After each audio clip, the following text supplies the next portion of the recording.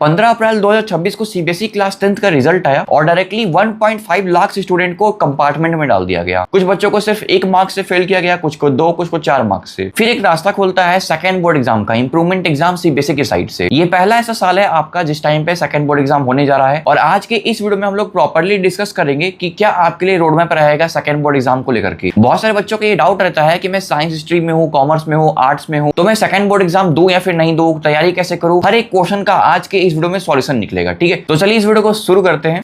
देखिए, पिछले वीडियो में मैंने आपको ऑलरेडी बता दिया था कि अगर आप कैपेबल हो सेकंड बोर्ड एग्जाम देने के लिए, मान लेते कि आपके होम टाउन एरियाज में ही आपका सेंटर पड़ने वाला है सेकंड बोर्ड एग्जाम का, अगर आप कोटा या फिर दिल्ली जेईई नीट की तैयारी करने नहीं गए हो, तभी आप सेकंड बोर्ड एग्जाम देने का सोच सकते हो। क्योंकि जो बच्चे अपने घर से ऑलरेडी 800-1000 किलोमीटर दूर जा चुके हैं, अब अगर वो सेकंड बोर्ड एग्जाम के लिए रिटर्न आते हैं तो वो कोई सेंस नहीं बनाएगा। तो पहला बात यह है कि जो बच्चे अपने ही घर में बैठे हुए हैं वही सिर्फ सेकंड बोर्ड एग्जाम देने का सोचे। अब आते हैं हमारे मेन यानी कि सेकंड पॉइंट की तरफ। देखो, मेन मुद्दा ये है ना कि मैं साइंस लिया हूँ, आर्ट्स लिया हूँ, कॉमर्स लिया हूँ, तो क्या मुझे सेकंड बोर्ड एग्जाम देना चाहिए या फिर नहीं। देखो, सबसे पहले क्लास 11th में बच्चों को अपने मन से ये बात निकाल देना चाहिए कि साइंस टफ है, कॉमर्स थोड़ा इजी है और आर्ट्स तो बहुत इजी है।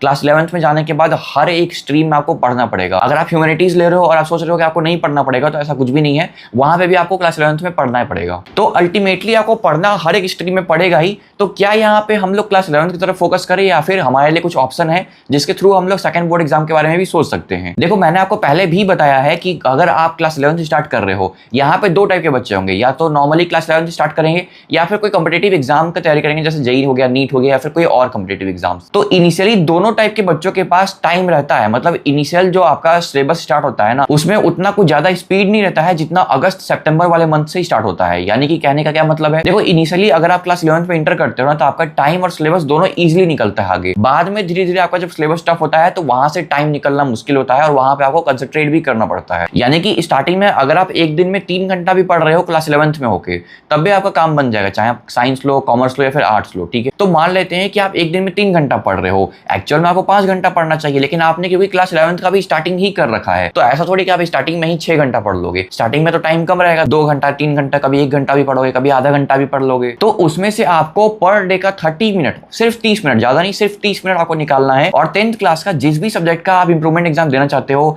चाहे वो साइंस हो, मैथ्स हो, हिंदी, इंग्लिश, कुछ भी सब्जेक्ट हो, उस सब्जेक्ट का आप उठाओ। सबसे पहले देखो जिस भी चैप्टर का वेटेज ज्यादा रहा है इस साल जो बोर्ड एग्जाम हुआ था उसमें, उस चैप्टर को उठाओ और उस चैप्टर का इंपॉर्टेंट क्वेश्चन सॉल्व करो, कॉम्पिटेंसी बेस्ड क्वेश्चन। मैं आपको यहाँ पे ये नहीं बोल रहा हूँ कि आप पूरा एनसीईआरटी उठाओ, उसको पूरा सॉल्व करने बैठ जाओ, आरए सवाल सॉल्व करो, आरडी सवाल सॉल्व करो, नहीं, ये सब नहीं करना है। हमें यहाँ पे पूरा एनसीईआरटी बिल्कुल भी नहीं देखना है, हमें यहाँ पे सिर्फ एनसीईआरटी के एक्सरसाइज क्वेश्चंस देखने हैं। अब यहाँ पे बहुत सारे बच्चों का ये क्वेश्चन रहता है कि पहला बोर्ड एग्जाम तो काफी खराब गया हमारा 1-2 सब्जेक्ट में, तो दूसरा बोर्ड एग्जाम खराब ना जाए, इसके लिए हम लोग कहाँ से तैयारी करें, कौन से क्वेश्चन सॉल्व करें, कॉम्पिटेंसी बेस्ड क्वेश्चंस कहाँ से ढूंढ के लाएं। तो इसके लिए मैंने आपको ऑलरेडी बता दिया है कि जो ये ओजवाल का मार्क्स बूस्टर बुक है ना, सेकंड बोर्ड एग्जाम के लिए स्पेशली बनाया गया है और ये काफी बेस्ट रहेगा आपके लिए। मतलब इस बुक के अंदर पता है अच्छा बात क्या है कि इसके अंदर आपको मात्र 30 से 40 पेज में ही पूरा कंटेंट दे रखा है। अब इसका मतलब क्या हुआ कि आप हर दिन सिर्फ 1 पेज भी क्वेश्चन सॉल्व करते हो, तो वो भी कॉम्पिटेंसी बेस्ड क्वेश्चन दिए हुए होंगे और आप मात्र 1 पेज हर दिन सॉल्व करके भी सेकंड बोर्ड एग्जाम में बैठ सकते हो। तो जो लोग बोलते हैं ना कि सेकंड बोर्ड एग्जाम सोच समझ के देना, ज्यादा टफ रह जाएगा, ज्यादा हमें तैयारी करना पड़ेगा, 11th क्लास वेस्ट हो जाएगा, ये तब होगा जब आप अच्छे से प्लानिंग नहीं करोगे, जब आप प्लानिंग के अनुसार एग्जीक्यूट नहीं करोगे। अब मान लो यहाँ पे 2 टाइप के बच्चा है, एक बच्चा ए है, एक बच्चा बी है।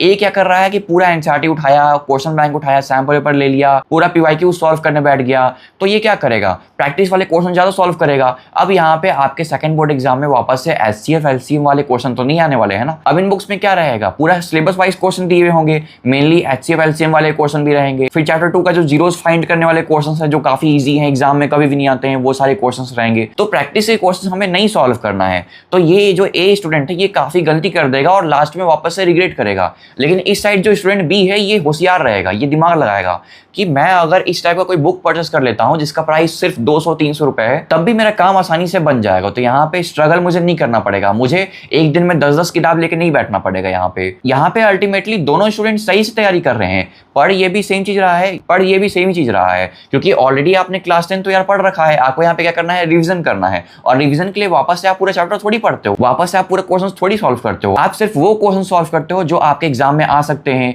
या कॉम्पिटेंसी लेवल के हैं, या कुछ ऐसे क्वेश्चन हैं जो आपने पहली बार देख रखा है। तो दोनों ही स्टूडेंट सेम टाइप के क्वेश्चन सॉल्व कर रहे हैं, बस जो ये ए स्टूडेंट है ये क्या कर रहा है, प्रैक्टिस से क्वेश्चन ज्यादा सॉल्व कर रहा है, एक ही टाइप के क्वेश्चन बहुत ज्यादा सॉल्व कर रहा है, और इसी वजह से इस स्टूडेंट का काफी टाइम वेस्ट हो रहा है। और लास्ट में ये क्या बोलेगा कि मैंने तो इंप्रूवमेंट एग्जाम दिया जिसकी वजह से मेरा क्लास 11th भी वेस्ट हो गया। तो यहाँ पे मैं आपको ये बुक रिकमेंड कर सकता हूँ। इसके अंदर काफी बढ़िया क्वेश्चन है, कॉम्पिटेंसी लेवल के क्वेश्चन दे रखे हैं। तो यहाँ पे हमें ए स्टूडेंट नहीं बनना है, हमें यहाँ पे बी स्टूडेंट बनना है, जो per day 3 hours class 11th का प्रिपरेशन कर रहा है, चाहे जेई नीट हो या फिर नॉर्मल क्लास 11 हो, और साथ में ये मार्क बूस्टर बुक उठा लिया है, पर डे एक पेज सॉल्व कर रहा है। तो ऐसे ही इसका इजिली हो भी जाएगा प्रैक्टिस, ठीक है।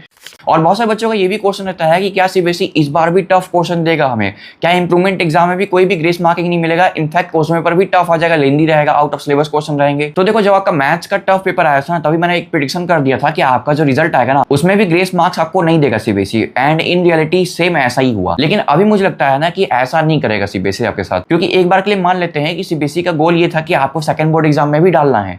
तो अब तो सब कुछ क्लियर हो चुका है, यानी कि अब जो भी होगा बिल्कुल आराम से होगा, स्मूथली होगा, बहुत जल्दी एग्जाम होगा, आराम से रिजल्ट आ जाएगा आपका। जो क्वेश्चन आएगा वो भी इजी टू मॉडरेट लेवल का रहेगा आपका। जो आपका कॉपी चेकिंग होगा, जितना आपने लिखा है उसके अकॉर्डिंग आपको मार्क्स मिलेगा। बाकी एट द एंड मैं आपको बोलूंगा कि आप इस बुक के ऊपर ट्रस्ट कर सकते हो। इसके अंदर 30 से 40 पेज है मात्र, तो आप हर दिन एक पेज सॉल्व करोगे तब भी आपका काम बन जाएगा। तो NCERT, R S. Agarwal, R D. Sharma question bank sample paper से बचो, पीवाईक्यूज से बचो, और कोई भी एक ट्रस्टेबल बुक उठाओ और इसे सॉल्व करने बैठ जाओ और आराम से पूरा 1 महीना लगा के सॉल्व करो। हर दिन एक पेज सॉल्व करोगे तब भी आपका इजीली सब कुछ सॉल्व हो जाएगा, ठीक है। बाकी इस बुक का डिस्काउंटेड लिंक मैंने इस वीडियो के pin comment and description box में दे दिया है, आप वहां से जाके चेक कर सकते हो, ठीक है। बाकी इसके अलावा आपको कोई भी दिक्कत हो आप तुरंत कमेंट कीजिएगा, मैं आपका क्विकली रिस्पॉन्स कर दूंगा। तो मिलते हैं किसी नए वीडियो में किसी नए टॉपिक के साथ। जो भी आपका क्वेश्चन रहेगा, जो भी प्रॉब्लम रहेगा, उसके ही ऊपर नेक्स्ट वीडियो आएगा, ठीक है। तब तक के लिए बाय बाय, टेक केयर।